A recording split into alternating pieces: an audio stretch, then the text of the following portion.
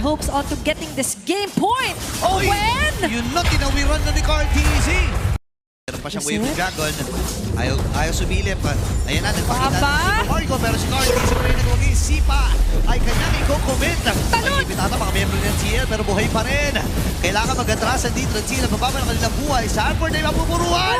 Sa kamay ni Hugh at nakadalawa siya rito. For Team Falcons, kahit wala ng crowd control, harang-harang lang, pwede na. Alam din ang walang patakas. Ayun ang siniksik lang ni JB man niya sarili. Pero Petrify nagamit si Pew. Ang magiging target ni Sanford. At yung Cha Essence. Pero di sapat. Sa likod! At nakalipad pa rin. Sa likuran naman. Sa ilang mga aspeto sa XP at pati sa mid lane. Okay, ipit pa sila dito. Naku, delikado ata ang pwesto ng Team Falcons. Patay kagad si Owen. Kailangan ng matras dito ni Flap. Yung Lord ay nasa may bandang itaas. Sa may bandang iba pa may nagaganap din. At napangkana itong si Owen. Kaya lang matibay talaga. Napakakunat and yung power. So, ng kailangan sustain. umuwi. Kaya sa likod! Sanford with a kill! Atras muna si Flap TZ. May Lord sila nakasama. May clear naman yung catapult. At buhay pa rin naman ang pag-asa din ng Falcons. Pero may pagtahing gagawin si Carl TZ. Tatawid din siya sa kabilang panig. And buhay pa rin.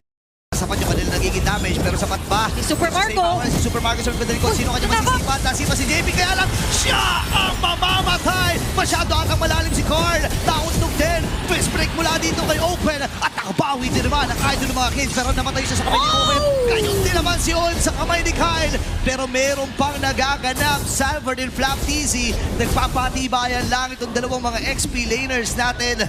Wala yung Kanina, then enough ba yung capabilities ng Team Falcons na gumawa ng ganitong klase ng mga play? Nahabol nila dito, alam nila na nag-traceless na! Delikado ata dito si Kyle TZ, pero it's a fake!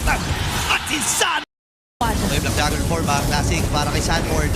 Pero yun, makukuha pa rin ang batang kampeng! Kaya maipit natin dalawang miyembro dito ng GLPA. Sanford! Okay, pero mapapatay siya sa kamay ni Sanford. Sa likod naman ay masisipa dito si Cortez.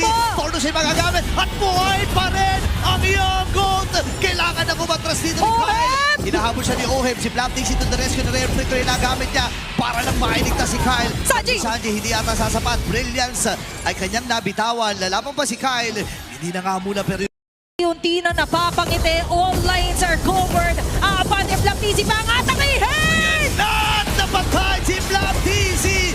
Ready na mag-dive ang Fighters! Team Liquid Philippines! Ito yung thought mula dito kay Sanford. And this time si Owen at ang magiging next sa target nila. Sasalubungin na ni Kyle. Makakapatay siya dito. At ang matitirang Titan nahahakbang patungo sa susunod na kabanata. Walang iba kundi ang Team Liquid